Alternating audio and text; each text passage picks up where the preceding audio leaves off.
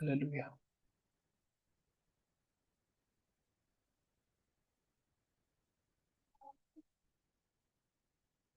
നോമ്പുകാലം 5-ാം ബുധൻ.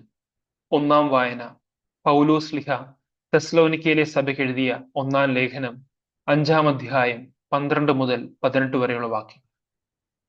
സഹോദരരെ, നിങ്ങളുടെ ഇടയിൽ അധ്വാനിക്കുകയും കർത്താവിൽ നിങ്ങളെ നയിക്കുകയും അനുശാസിക്കുകയും ചെയ്യുന്നവരെ അവരുടെ അധ്വാനം പരിഗണിച്ച് അത്യധികം സ്നേഹത്തോടെ ബഹുമാനിക്കണമെന്ന് ഞങ്ങൾ അഭ്യർത്ഥിക്കുന്നു. നിങ്ങൾ സമാധാനത്തിൽ കഴിയുവിൻ. സഹോദരരെ, നിങ്ങളെ ഞങ്ങൾ ഉദ്ബോധിപ്പിക്കുന്നു. അലസരെ ശാസിക്കുവിൻ, ഭീരുക്കളെ ധൈര്യപ്പെടുത്തുവിൻ, ദുർബലരെ സഹായിക്കുവിൻ, എല്ലാ മനുഷ്യരോടും ക്ഷമാപൂർവം പെരുമാറുവിൻ.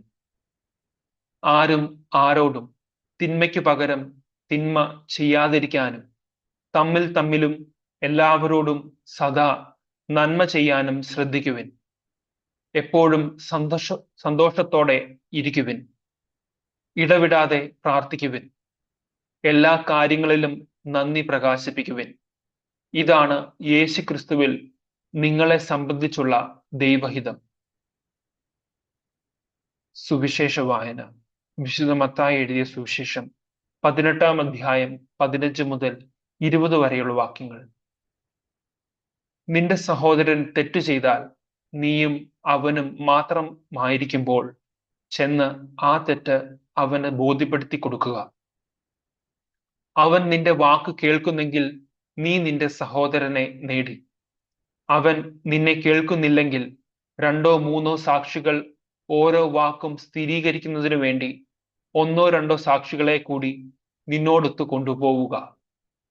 അവൻ അവരെ അനുസരിക്കുന്നില്ലെങ്കിൽ സഭയോട് പറയുക.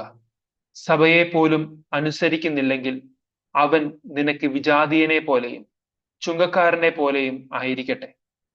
സത്യമായി ഞാൻ നിങ്ങളോട് പറയുന്നു, നിങ്ങൾ ഭൂമിയിൽ കെട്ടുന്നതെല്ലാം സ്വർഗത്തിലും കെട്ടപ്പെട്ടിരിക്കും, നിങ്ങൾ ഭൂമിയിൽ അഴിക്കുന്നതെല്ലാം സ്വർഗത്തിലും അഴിക്കപ്പെട്ടിരിക്കും. വീണ്ടും ഞാൻ നിങ്ങളോട് പറയുന്നു, ഭൂമിയിൽ നിങ്ങളിൽ 2 പേർ യോജിച്ച് ചോദിക്കുന്ന ഏതു കാര്യവും എന്റെ സ്വർഗസ്ഥനായ പിതാവ് നിറവേറ്റി തരും. എന്തെന്നാൽ 2-3 പേർ എന്റെ നാമത്തിൽ ഒരുമിച്ച് കൂടുന്നിടത്ത് അവരുടെ മധ്യേ ഞാൻ ഉണ്ടായിരിക്കും. നമ്മുടെ കർത്താവായ മിശിഹായ്ക്ക് സ്തുതി.